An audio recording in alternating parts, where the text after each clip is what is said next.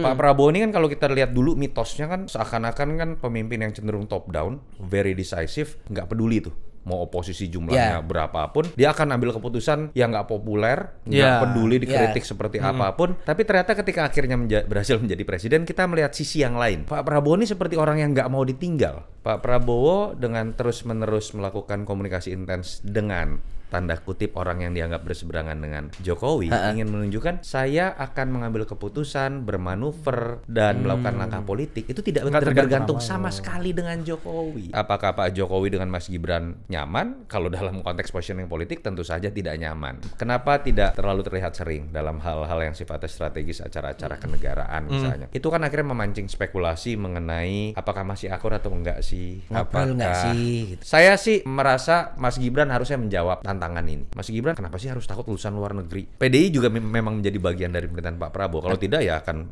mengambil poros sendiri. Akan mengambil poros sendiri. Itu tipikal banteng seperti itu ya, Mas. Tipikal banteng. Banteng asli. Nah, Ibu Mega itu ya masih banteng asli. Banteng yang sudah mengalami penindasan. Ya sakit itu. Memang sekarang ada banteng yang nggak asli ta Mas di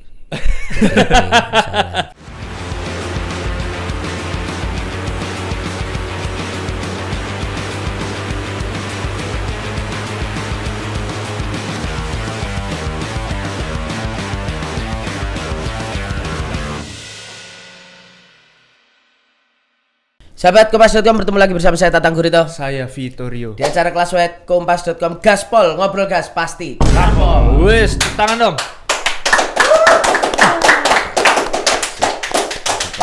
Pagi-pagi harus di brief tepuk tangan dong. Iya, penonton kita dari Palmerah ini memang tipikal penonton Nokturnal ya gitu. Malam kagak tidur, pagi tepuk tangannya briefing ya kan. Oke, kita hari ini akan ngegas apa itu? Kita akan ngegas politik langitan. Wis. Politik langitan, bre. Tiba-tiba ada yang ketemu diam-diam lagi. Diam-diam lagi tapi diposting. Ya, itulah tipikal Instagram Don Dasko. Iya, itu. Itu pertemuan dengan Bu Mega ya. Benar. Kita lihat kemarin hari Kamis. Pak Dasko ketemu dengan Bu Mega. Ada Mbak Puan juga? Mbak Puan, ada Pak Yasona, ada Prasetyo Hadi. Nah, itu menarik juga untuk kita bahas bersama Direktur Eksekutif Carta Politika Yunarto Wijaya, Mas Toto. Halo, selamat apa nih? Selamat pagi. Selamat Lebaran dong. Selamat Lebaran. Selamat Lebaran Haji. Lebaran Haji. Urusan Mas sekarang Mas. Tadi kan udah dibahas bocorannya. Yang pasti bukan karena stres politik. Asik. Malah lagi menikmati politik.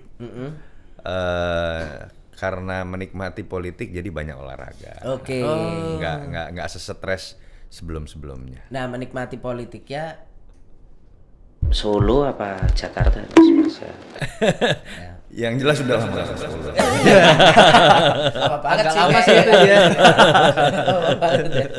Berarti dinamika politik sekarang enak dinikmatin berarti maksudnya. Buat pengamat, buat warga nggak enak. Buat pengamat enak. Buat pengamat banyak analisis, Elaborasi banyak spekulasi, banyak hipotesa, artinya kan banyak kerjaan, banyak diundang. Lah ini pagi-pagi udah diundang kan. Jadwal padat. Buat warga jujur mungkin agak mumet ya bagaimana menerjemahkan apa yang sedang terjadi, istilah-istilah yang sebenarnya kan nggak terlalu enak ya, matahari kembar lah, cawe-cawe lah, pemakzulan lah. Padahal harusnya masih bisa dikategorikan bulan madu nih rezim. Nah itu yang menarik, yang berbeda dengan masa-masa rezim sebelumnya ketika baru dilantik. Jadi sebelumnya bulan madu tuh. Ya, bulan madu. Kalau rezim sebelumnya berarti di berapa ini Mas? 7 bulan awal itu justru masih bulan madu tuh. Iya dong, orang kan kalau kawin masih mesra-mesranya. Ini baru kawin 6 bulan, katakanlah baru dilantik, udah gosipnya banyak setengah mati. Biarpun hidup Jokowi itu bukan bulan madu ya. Iya. Nah, kita bahas dulu aja di sini ya kan. Langsung ngegas ya. Saya morning person soalnya Mas. Tapi saya tadi penasaran deh. Oke. Saya pikir istilah Don itu Don Vito kalau zaman dulu ya. Ada istilah Don Vito Corleone. Iya kan. Ternyata kalau di Indonesia Don Dasko ya. Ganti pemain. Makanya nanti harus dijelaskan maksud Don itu apa. Itu nanti episode yang lain ya, kita membahas soal Don Dasko ya, paling paten ini di Republik ya. Oke, Mas, gimana publik membaca pertemuan antara Pak Dasko dengan Bu Mega? Karena kita tahu kan sebenarnya Pak Dasko bukan Don. Ya, Don Dasko lah ya. Dengan Don Dasko tadi. Karena Don ini kan memang kita tahu bahwa ini dalam pergaulan lobis ulung. Lobis ulung dan dalam pergaulan saya dengan para politisi ini disebut politisi paling paten ini di tanah air ini. Mantap. Nah, tambah memang kemarin Mr. Dasko ini mengatakan bahwa membawa pesan dari Pak Prabowo, dan Bu Mega juga titip pesan ke Pak Prabowo juga, tapi pesannya rahasia gitu, nggak di-share ke teman-teman jurnalis. Gimana kita membaca pertemuan ini nih, Mas? Ya, sebetulnya kan pertemuan kesekian kali ya. Ada beberapa penghubungnya Ibu Mega dan Pak Prabowo, kan ada Ahmad Muzani, ada Don Dasko, kemarin dengan Mensesnek juga. Kadang-kadang ada yang menyebutkan Didit juga bisa kemudian jadi penghubung.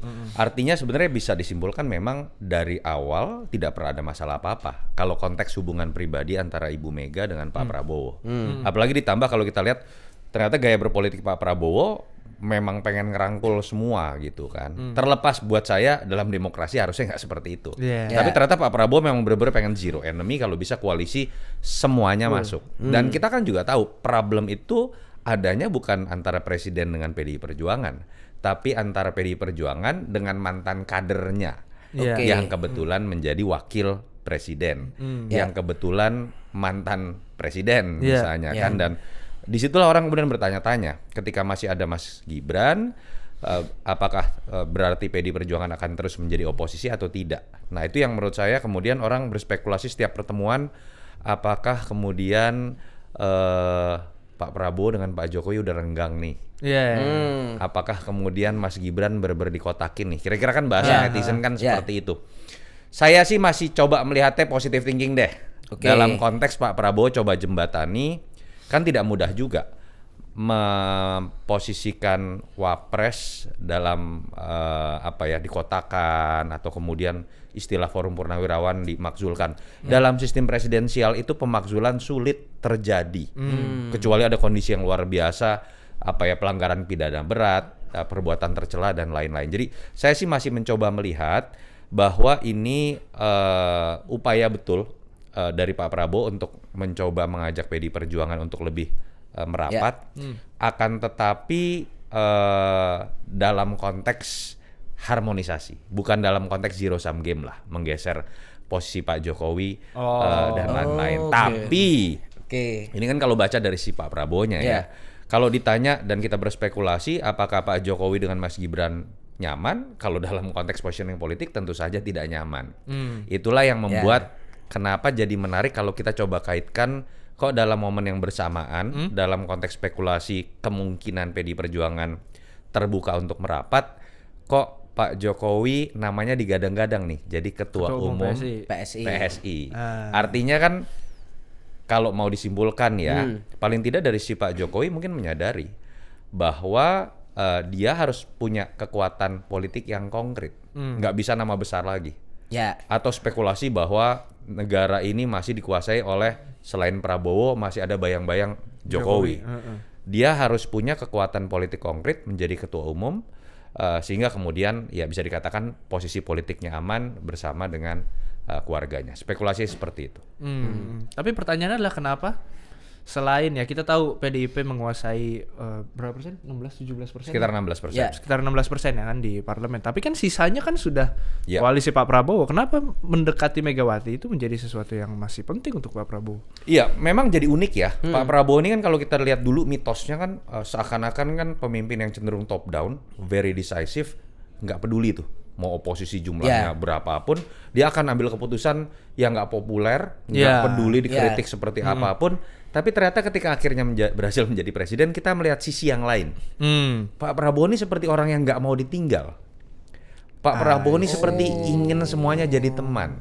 Pak Prabowo ini takut untuk ditinggal. Itu yang menyebabkan kemudian kan buah dari keputusan politiknya adalah kabinet yang sangat gemuk. Koalisi yang sangat gemuk. Bahkan ketika ada orang dalam lingkaran istana sudah mengundurkan diri, dia tarik kembali. Ada, tahu lah kita mau siapa resign ya. tapi Malah boleh, ditarik kembali. ya. Ada nuansa takut untuk ditinggal, sehingga kemudian banyak spekulasi muncul. Pak Prabowo ini jangan-jangan KPI paling utama ketika akan melakukan reshuffle atau mengangkat anggota kabinet baru, itu bukan KPI terkait dengan kinerja, tapi siapa yang loyal dan dekat dengan saya. Nah, dalam konteks itu kita nggak kaget kalau kemudian melihat Pak Prabowo, lu udah 84%, kenapa sih masih lu tarik lagi yang namanya PDI Perjuangan? Saya pikir itu bagian dari bagaimana kepuasan seorang Prabowo untuk kemudian bisa merangkul semua. Untuk kemudian, apalagi kalau kita bicara Ibu Mega. Ibu Mega ini kan bukan sekedar sebuah kekuatan politik sama seperti kita tempatkan Bahlil, ketua Golkar, Zul, ketua PAN, Caimin, ketua dari PKB. Enggak, Bu Mega tuh punya hubungan personal yang sangat baik, ya katakanlah sama-sama bangsawan politik darah biru dari zaman Bung Karno gitu ya. Jadi menurut saya ada hal yang bisa jadi kepuasan batin yang sifatnya lebih dari sekedar politik kalau kemudian masukkan Ibu Mega. Itu kalau analisisnya secara idiosinkratik pendekatan psikologis Pak Prabowo. Tapi kalau pendekatannya politik, apa yang terjadi sekarang ya menurut saya dengan isu tarik ulur dengan PDI Perjuangan, lalu kemudian orang terus bertanya-tanya apakah PDI Perjuangan akan masuk atau tidak, harmonis atau tidak dengan Ibu Mega. Menurut saya itu sebuah langkah cerdas menaikkan bargaining position di hadapan kekuatan politik Pak Jokowi. Yang menaikkan bargaining position ini Pak Prabowo? Iya dong. Ketika kemudian orang berasumsi bahwa Pak Prabowo sangat bergantung dengan Pak Jokowi, paling tidak dengan simbol-simbol komunikasi seperti ini, Pak Prabowo ingin mengatakan bahwa saya bisa berkomunikasi dengan siapapun, termasuk lawan politik saya. Jadi kalau ada yang kemudian terlalu cawe-cawe, terlalu intervensi, terlalu diposisikan kuat dalam kabinet saya, bahkan seakan-akan berimbang posisinya dengan saya, enggak loh. Saya bisa mengambil keputusan politik apapun, bahkan ketika harus merangkul kekuatan politik yang bermusuhan misalnya dengan Pak Jokowi sekali. Artinya Pak Prabowo justru di satu posisi kayak Pak Jokowi bermusuhan dengan Bu Mega, tapi Bu Mega ternyata bisa baik dengan saya kok. Apakah itu juga satu wujud bahwa Pak Prabowo melihat atau menjadi pengingat juga Mas Toto, kayak seolah Pak Prabowo juga ingin mengatakan untuk internal kabinetnya yang diisi oleh partai-partai politik yang lain bahwa ketika saya juga bisa membuat PDIP bergabung, artinya silahkan orang yang mau tetap dengan Solo, tetap dengan Pak Jokowi harus bersiap juga gitu untuk nanti sesuatu terjadi gitu kan, karena kan nggak mungkin gini Mas, maksudnya emang Pak Prabowo senaif itu ketika kemudian Pak Prabowo ingin merangkul semua, dia kan juga harus siap dengan gejolak yang terjadi di dalam nih kan kabinetnya nih. Artinya masa iya parpol-parpol yang lain senerima-nerima itu aja legowo, itu kan konsekuensi politik yang harus dihitung juga dong Mas. Saya melihatnya ini bisa dimaknai pakai dua hal ya. Pertama, ini cara Pak Prabowo menjawab isu-isu mengenai bahwa ada matahari kembar, bahwa Jokowi masih bisa cawe-cawe. Pak Prabowo dengan terus-menerus melakukan komunikasi intens dengan tanda kutip orang yang dianggap berseberangan dengan Jokowi, ingin menunjukkan saya akan mengambil keputusan, bermanuver dan melakukan langkah politik itu tidak bergantung sama sekali dengan Jokowi. Artinya kalau harusnya bergantung, harusnya Pak Prabowo nggak ini PDIP dong. Ini kan satu contoh kalau kemudian memang Pak Prabowo berdiatur sama Jokowi, nggak mungkin dia melakukan komunikasi intens dengan PDI Perjuangan, apalagi sudah punya kekuatan 84%. Itu pertama, menurut saya ini cara beliau menjawab nggak ada matahari kembar, matahari hanya saya. Nggak ada yang namanya cawe-cawe karena saya bahkan berkomunikasi dan merangkul lawan politik atau yang berseberangan dengan Pak Jokowi. Yang kedua, masuk ke pertanyaan Mas tadi, ini sebetulnya juga sebuah positioning tegas ya dari seorang Prabowo, bukan hanya kepada Pak Jokowi, tapi kepada partai-partai yang katakanlah sekarang sudah mendukung, sudah mendapatkan kompensasi jatah kursi menteri dan lain-lain. Kita berdiri sejajar dan saya tidak bergantung dengan Anda. Saya yang mengambil positioning sebagai pusat kekuasaan dan saya bisa berkomunikasi, bisa merangkul siapapun, termasuk lawan politik kita dalam Pilpres. Jadi nyaman atau tidak, inilah saya pusat kekuasaan. Kalau kemudian tidak loyal, ya saya dengan mudah juga bisa mengambil kekuatan politik lain untuk tetap mengisi mayoritas parlemen. Oh iya. Ini spekulasi. Spekulasi. Ya, kalau ente lebaran setelah lebaran masih sering-sering ke Solo ya. Ya mungkin ya kan, Fred. Nah itu yang menarik.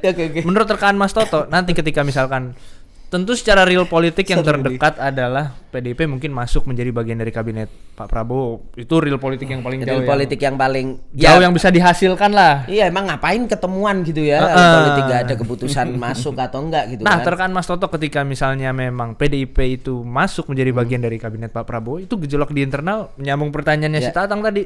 Kayak akan kayak gimana? Karena di dalam juga ada orang-orangnya Pak Jokowi, di dalam juga ada orang-orangnya Pak SBY. Nah, itu menarik tuh. Pertama, saya sih pribadi ya, saya berharap PDI Perjuangan nggak masuk. Kalau saya, untuk menjaga keberimbangan. Ini kita konteks bicara demokrasi nggak ada loh. Demokrasi yang konteks check and balancesnya 100% kekuatan parlemen itu menjadi koalisi pendukung pemerintah. Bukan hanya itu loh, dapat balas jasa kursi menteri.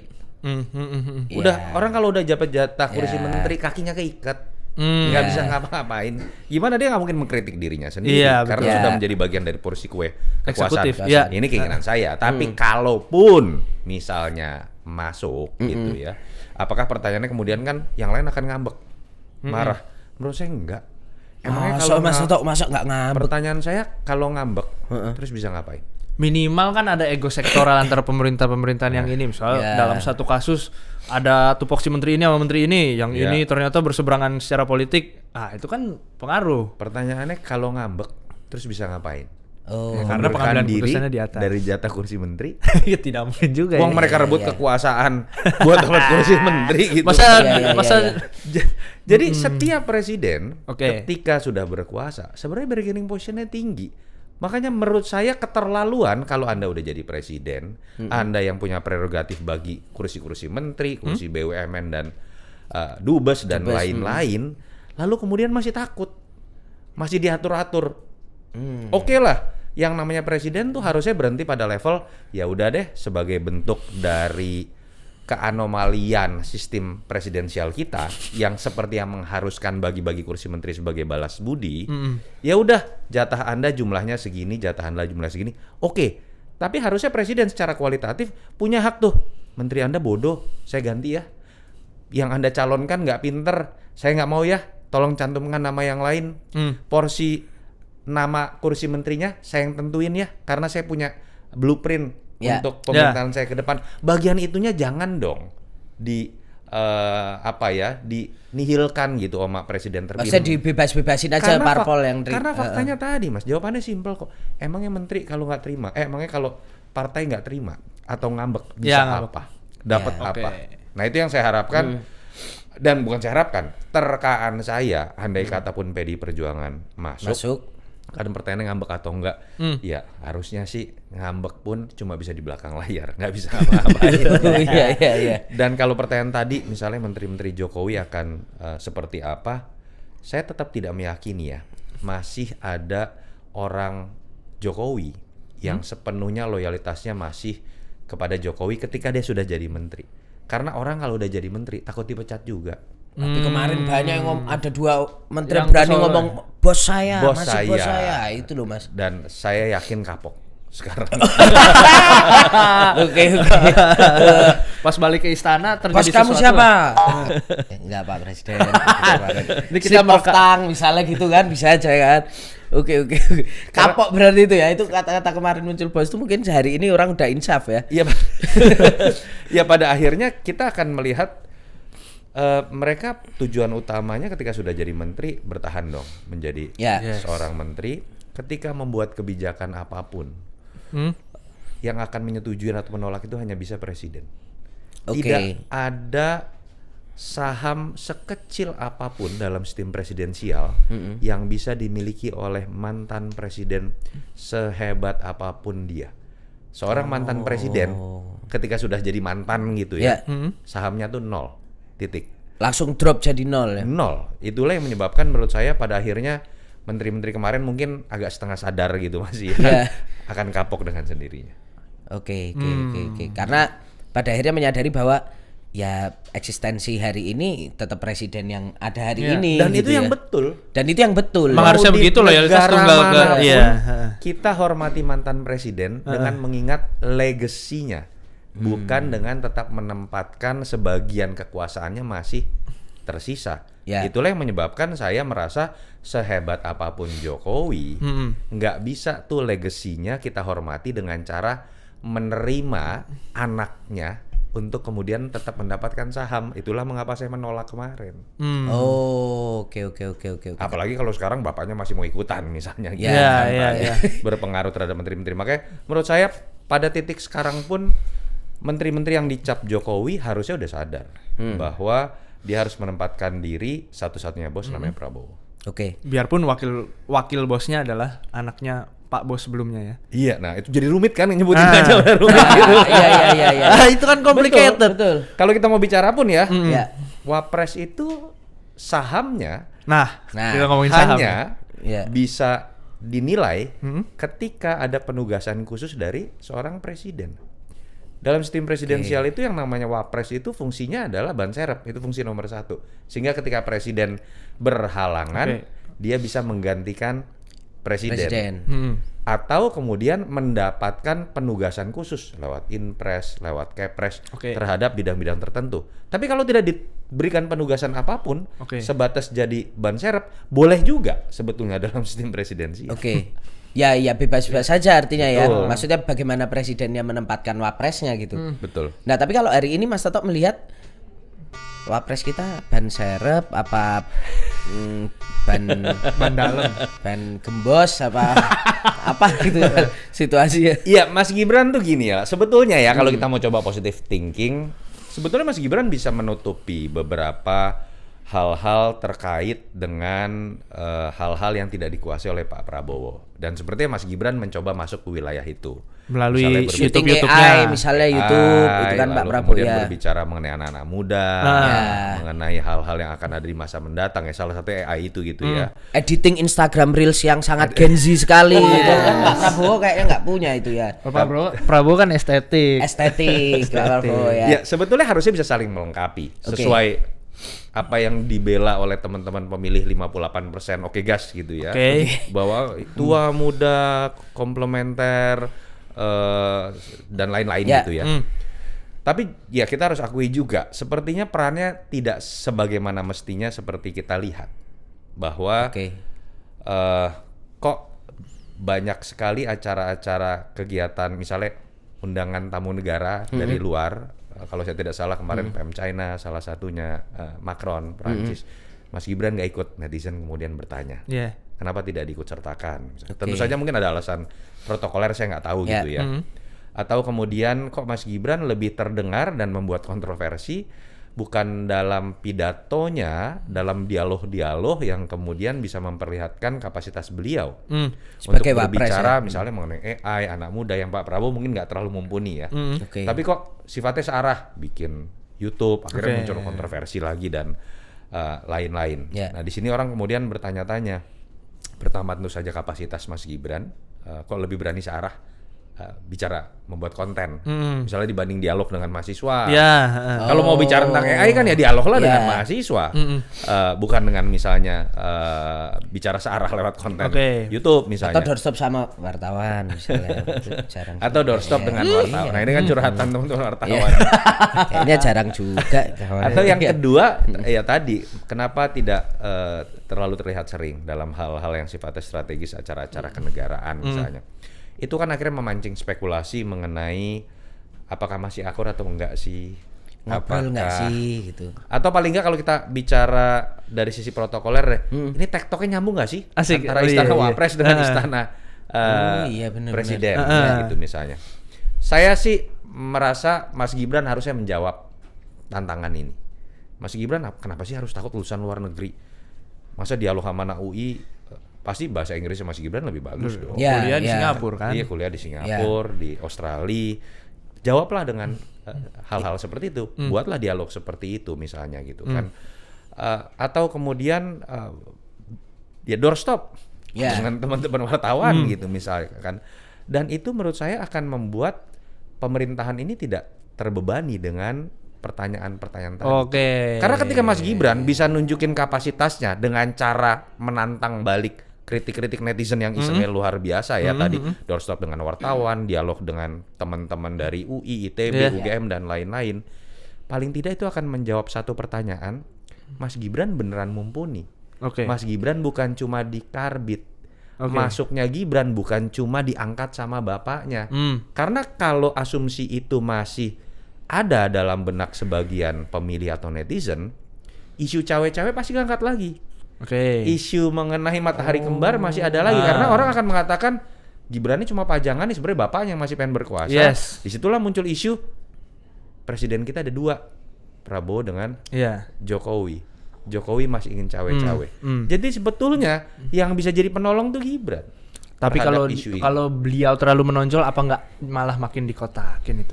Sebetulnya enggak lah. Pak Prabowo ini orang yang sangat terlihat powerful kok untuk bisa dilihat kalah sama wapresnya, enggak lah.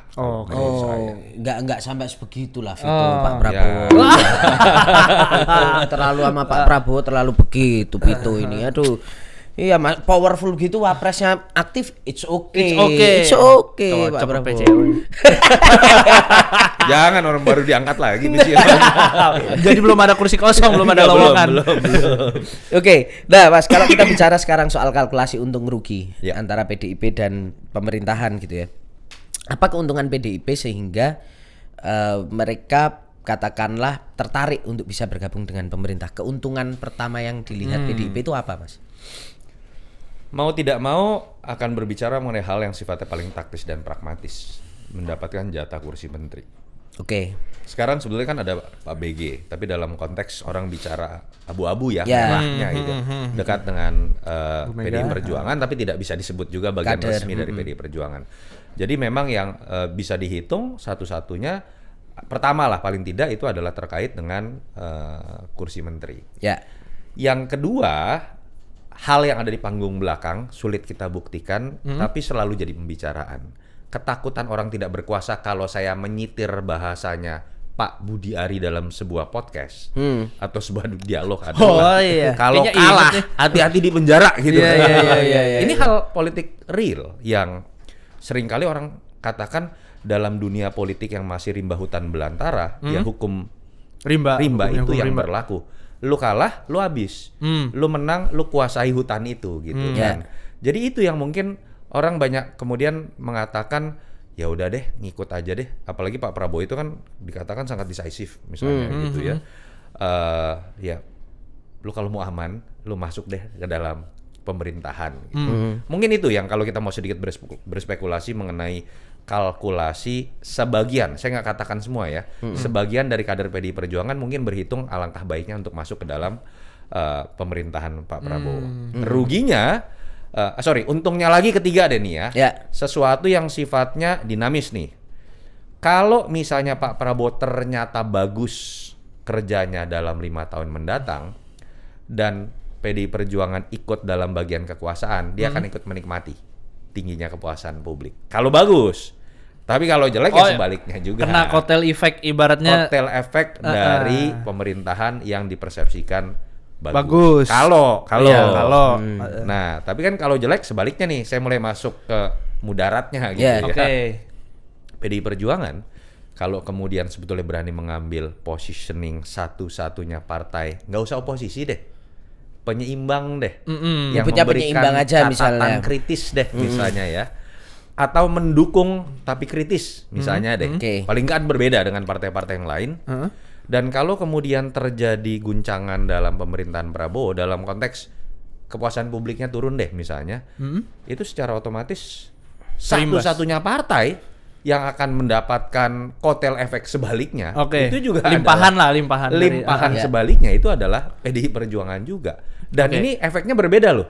Kalau dia ikut pemerintahan Pak Prabowo tapi rame-rame dengan partai lain, pemerintahannya bagus, dia dapatnya juga dibagi-bagi. Bagi rata. Tapi kalau sebagai oposisi atau penyeimbang ternyata memang orang tidak puas dengan pemerintahan Prabowo, dia dapat limpahan apresiasi dari pemilih kritis satu-satunya partai. Signifikan. Itu bisa luar biasa dalam konteks pemilu 2029. Jadi kalau saya bicara elektoral, lebih baik gambling menjadi partai kritis.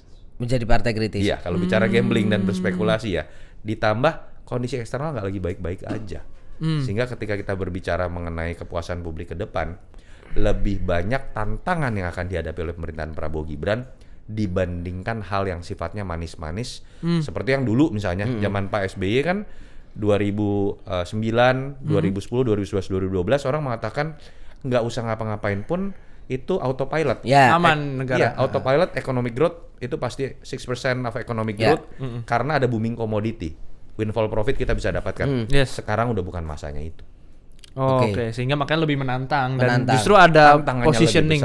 Kenapa nggak ngambil posisi kritis aja sih? Mungkin karena menjadi kritis di 1 tahun sebelum pemilu kemarin terbukti justru menurunkan suara PDIP di perolehan kursi PDIP dibanding 2019 kan, Mas? Karena harus diakui saat itu pemerintahan Jokowi memang masih sangat tinggi kepuasan. Artinya ketika ini kan bagaimana cara membaca situasi.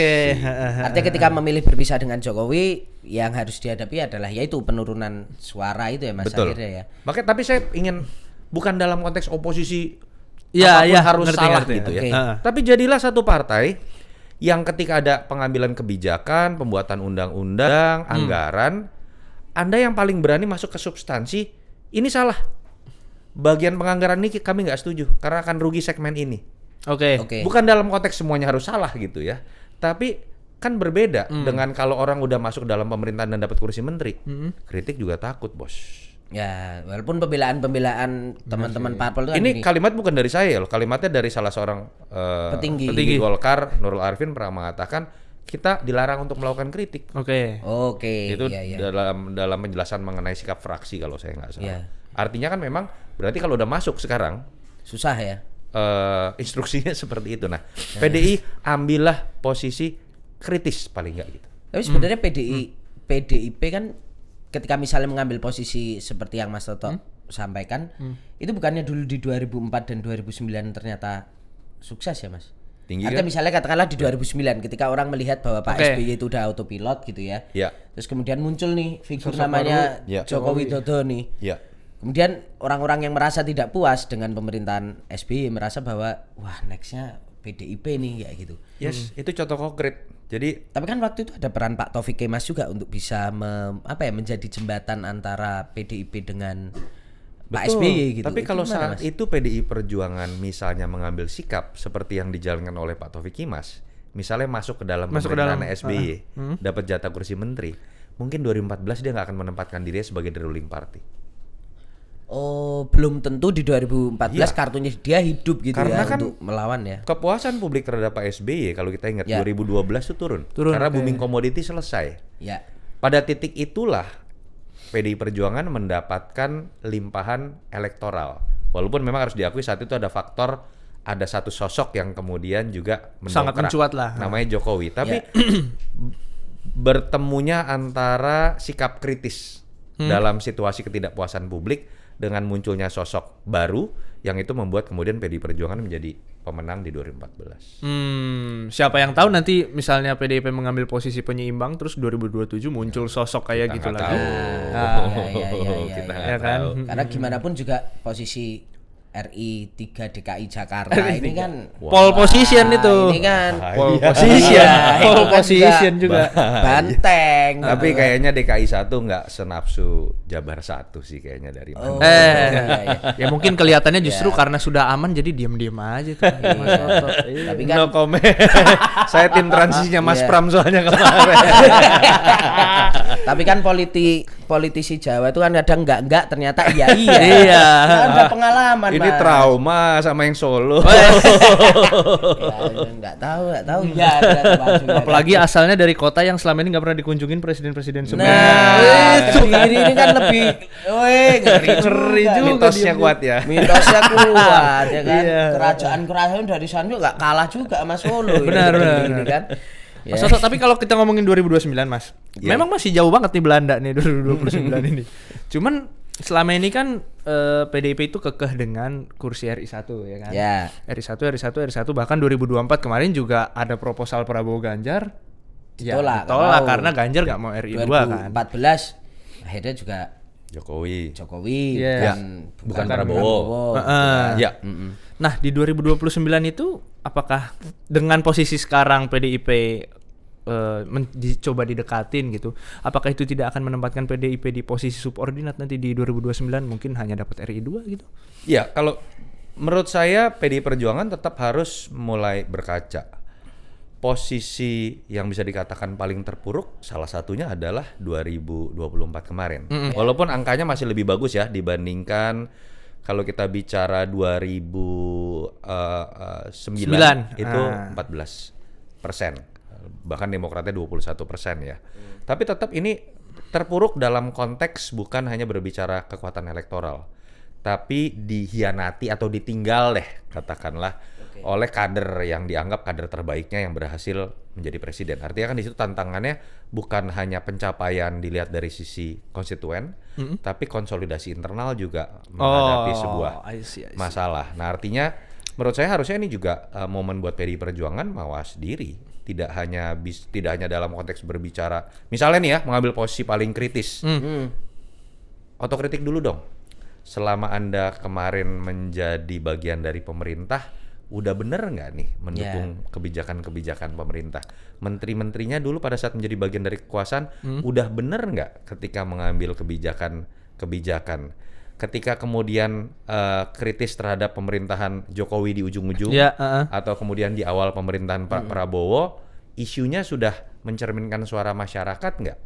Itu yang menurut saya harus dilihat dulu ke dalam diri PDI Perjuangan, karena mau mengambil sikap apapun, tapi di dalamnya sendiri belum dibenahi ya nggak bisa ngapa-ngapain. Jadi itu yang menurut saya harusnya dimanfaatin nih. Mumpung kan nggak sesibuk partai yang lain. Partai yang lain kan sibuk bagi-bagi kue nih kan, bagi permen, bagi coklat gitu kan. Mumpung lagi agak nganggur nih ya, kering gitu ya. Mawas diri, refleksi diri. Orang lagi nganggur kan selain nyari kerja banyak gitu waktu ya, luang. banyak waktu luang untuk merefleksikan diri gitu kan. Ini yang menurut saya juga jadi catatan buat PDI Perjuangan. Apakah betul masih jadi partai ideologis? Itu dulu yang harus dijawab pertama-tama. Itu yang harus dijawab pertama-tama.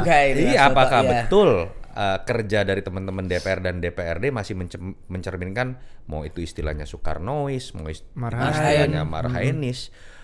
Itu yang menurut saya kan jadi kekuatan dari PDI Perjuangan. PKS dengan semua kelemahannya, kita bisa lihat loh, mau kalah pilpres, mau nggak pernah jadi capres cawapres, suaranya bertahan di angka seperti itu. Artinya solid ya di internal maupun akar rumputnya. Konsolidasi internalnya walaupun udah pecah loh. Anies Mata keluar, Fahri Hamzah keluar, Mahfud Sindi keluar, suaranya tetap seperti itu. Artinya konsolidasi internalnya berjalan, pembenahan pembangunan infrastrukturnya nggak berhenti, dan sikap ideologinya tetap nggak goyang. Di sisi nasionalisnya PDI melakukan itu nggak? Karena ternyata kan PDI lebih naik turun. Iya, lebih fluktuatif ya. Betul, dibandingkan dengan PKS kalau kita mau coba bandingkan sebagai sesama partai ideologis. Menarik tuh. Menarik itu. Artinya ya itu pembuktiannya di kapan, Mas? Sebetulnya dari survei-survei yang sudah kemarin dirilis itu udah jadi catatan bahwa atau hasil pemilu kemarin ya, PDI turun menjadi 16%. Ada beberapa rilis saya lihat Kompas, ada indikator. Saya sebenarnya juga ada bocoran 2 kali survei. Ini bulan April cuma kita nggak rilis. Angkanya di sekitar angka itu, dan memang tidak buruk untuk sebuah partai yang lagi sendirian gitu ya, tetap bertahan di angka 16%. Tapi sebetulnya kan itu menunjukkan juga bahwa ada hal yang nggak optimal dilakukan oleh partai yang sebenarnya ruang geraknya lebih luas nih. Salah satunya adalah karena menurut saya partai ini nggak ngambil sikap tegas. Saya mau jadi apa sih, wajah saya seperti apa sih, sikap saya terhadap pemerintah seperti apa sih. Jadi salah satu yang menjadi kelemahan PDI Perjuangan adalah kalau terus dia mengambang seperti ini sampai 2029, dia bisa ditinggalkan oleh pemilih kritis, tapi di sisi lain nggak dilirik juga sama pemilihnya Pak Prabowo dengan Gibran gitu. Jadi pemilih Pak Prabowo dan Mas Gibran ini nggak melihat PDIP ini jadi partai yang untuk bisa dipilih ya Mas, karena abu-abu juga. Maksudnya dibilang biru muda juga enggak ya kan? Iya, lu ngebelainnya setengah-setengah juga. Pemilih kritis ngomongnya lu nggak jelas, lu nggak berani Iya. kritik gitu kan. Itu yang kalau dibiarkan terlalu lama menurut saya juga akan jadi kelemahan buat Jadi PDI kelemahan. Perjuangan. Nah, di 2029 nanti apakah ini jadi momentum bahwa akhirnya Bu Mega ngalah deh jadi RI 2 juga nggak apa-apa misalnya PDIP gitu. Waduh, berat banget ini pertanyaan. Ya, karena kan selama ini nggak pernah nih Bu Mega kalau sama Pak Prabowo kan misalnya 2014 nggak mau, gitu Iya. kan. 2024 juga dicoba. 2029 Prabowo akhirnya Ganjar. ngalah nih. 2029 akhirnya ya oke, saya yang nomor 2 gitu. Saya ngeliat gini, Misalnya. kalau mau berspekulasi ya, karena sebetulnya kan 2029 kan nggak ada presidential threshold. Ya. Jadi nafsu untuk jadi nomor 1 itu lebih gede. Ya dong, Nafsu untuk menjadi nomor 1 lebih gede. lebih gede. Karena membangun poros sendiri lebih gampang. Nggak usah ngumpulin 20-25%. Oke. Iya, tapi nggak semuanya berani kan, Mas. Nah makanya, tapi kalau ditanya Ibu Mega, jangan tanya nyali. Oke, Kita nggak iya. peduli kalah. Waduh, gitu ya. itu ya. Iya, Tapi iya. analisisnya bukan itu. Kalau mau berspekulasi pun mungkin nggak Ibu Mega kemudian berpikir misalnya lebih realistis untuk menjadi nomor 2, entah kadernya atau siapapun gitu ya, yang dijagokan oleh PDI Perjuangan. Kalau menurut saya, satu bisa terjadi kalau ada prasyarat dalam survei-survei menjelang pemilu PDI Perjuangan angkanya kecil. Saya pikir itu akan jadi sebuah kesadaran dari Ibu Mega untuk lebih bersikap realistis. Yang kedua, kalau Ibu Mega dan PDI Perjuangan akhirnya masuk dalam pemerintahan Prabowo, misalnya nih ya, dalam menuju 2029, dan Pak Prabowo memang pemerintahannya, elektabilitasnya, atau kepuasan publiknya sangat tinggi dan diapresiasi masyarakat. Kalau dua prasyarat itu terjadi, menurut saya bukan tidak mungkin Ibu Mega akan menurunkan posisi kadernya yang dimajukan untuk menjadi nomor 2. Nomor 2. Untuk bisa berpasangan dengan Pak Prabowo. Tapi kalau gitu ya. di luar Pak Prabowo, menurut saya, rekan saya, Ibu Mega akan lebih memilih Maju untuk sendiri. ikut bertarung. Ah. Bukan Ibu Meganya ya, saya yakin Ibu Meganya sih udah Oke. enggak lah. Tapi siapapun yang akan dimajukan Ibu Mega. Kalau di luar Pak Prabowo, artinya di luar Tapi dua Pak Prabowo syarat pun ini kalau tadi. Pak Prabowo-nya bagus ya. Ya, Atau ya, PDI juga memang menjadi bagian dari pemerintahan Pak Prabowo. Kalau tidak ya akan mengambil poros sendiri. akan mengambil poros sendiri. Itu tipikal banteng seperti itu ya, Mas. Tipikal banteng. Banteng asli. Nah, Ibu Mega itu Oke. ya Masih banteng asli. banteng asli. yang sudah mengalami penindasan. Iya Oke. kan logo simbolnya banteng, panahnya banyak tuh. Tas. Ya, Panahnya sakit banyak. itu. Nancep, Emang nancep. sekarang ada banteng yang nggak asli tau Mas di misalnya, gitu kan saya enggak Ya, tahu. dalam sejarah kan banyak banteng Ayo, yang Mas, nggak ayo, Mas. asli. Ayo Mas Yang Toto. ada di peristiwa 27 Juli. Oke. Kalau sekarang sudah banyak juga yang keluar. Oh, banteng yang keluar. Ya, yang tiba-tiba Ara misalnya, mindsetnya ya banteng keluar misalnya gitu ya. saya nggak mau nyebut tapi Ya. saya nggak menolak juga. Iya. Oke, itu banteng yang Itu keluar. banteng yang keluar. Kalau banteng yang di dalam. Dalam itu Ya jujur ya, banteng itu kan cenderung PDI ini kan banyak yang nyeletuk gini. Kok kayaknya lu pas jadi oposisi keren banget ya? Iya. Jedar gitu kan. Kok pas jadi kekuasaan nggak seasik itu gitu Yeah. kan misalnya Yeah. kan. Harus diakui sejarah lahirnya PNI, Bung Karno itu kan lahir dari perjuangan kemerdekaan. Bu Mega menjadi sangat besar setelah kasus 27 Juli Ya. 1996. Ya, saya harus mengatakan tanpa menyebut nama. Banteng-banteng yang tidak pernah mengalami situasi seperti itu tentu saja akan memiliki mental yang berbeda dengan Bung Karno dengan Ibu Mega. Ini elegan cara jawabnya. Oke. Ya. Tapi kita tidak tahu Ya. apakah yang terjadi dengan peristiwa Pak Jokowi keluar, Ya. dikalahkan dalam Pilpres dan dikeroyok. Apa itu menjadi pengalaman? Apakah itu akan jadi sebuah pengalaman yang bisa membuat banteng-banteng yang tidak asli itu akhirnya menjadi asli?